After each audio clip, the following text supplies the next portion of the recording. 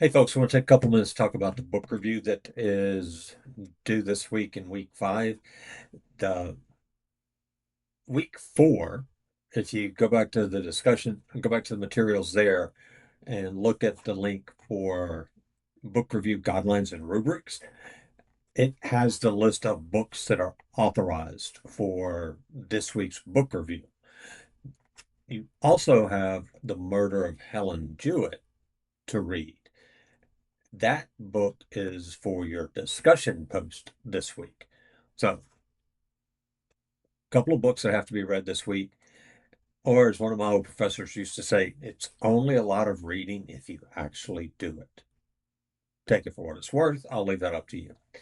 Book review itself, this one I always like to put a little emphasis on because what a lot of people are used to doing, going all the way back to middle school, is a book report. And a book report is, hi, my name's John, and this is the book I picked. Here's the basic plot of the book. Here's the three main characters.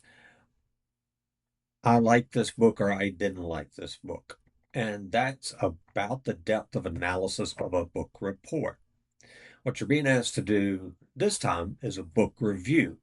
And it sounds overly simplistic, but I do like to expand on this for a minute or two because so many students, even at this level, will still do a book report.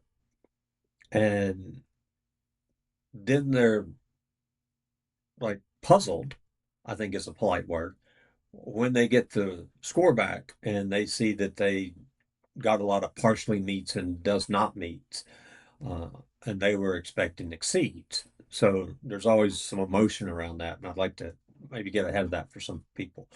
Um, One of the ways to get, if you just go straight down that meets expectations and you do that as far as the summary, the author's intent, their goals, the paraphrasing, and then of course clear communication, um, you're going to make like a low A, high B, right? But if you want to get to exceeds, the way to do that is to bring in other pieces of work to validate your analysis. Like for a summary, it says exceeds expectations, substantiated with specific examples. Okay, fine. So that means bring some things out of the book, right? Don't just summarize the book, show examples from the book of the key concepts and the important concepts, the keywords, right? Those big ideas, and have be able to say what the big idea and then use material from the book to support that. Where it gets into the author's intent and author's goals, that's where to get to exceeds, you need to go up to the Shapiro Library, go to the Library of Congress, go to some other source, find a review or multiple reviews of the book that you've picked and be able to state this was the author's intent. They were able to bring that intent forward in a good way or they were not. This is what other historians have had to say about that. Validate your ideas with documentation and evidence from other historians that have read it. This is how you know that you're on the right track and you're getting the right themes from the materials. The same goes for authors' goals. You would go out and you can use the same reviews of the book if you want, as long as they fit, right? And bring those examples in where other historians that are more seasoned than any of us in the course, and four fingers pointing back at me when I say that. So get the opinion of other historians to validate your analysis. That's how you get to exceeds.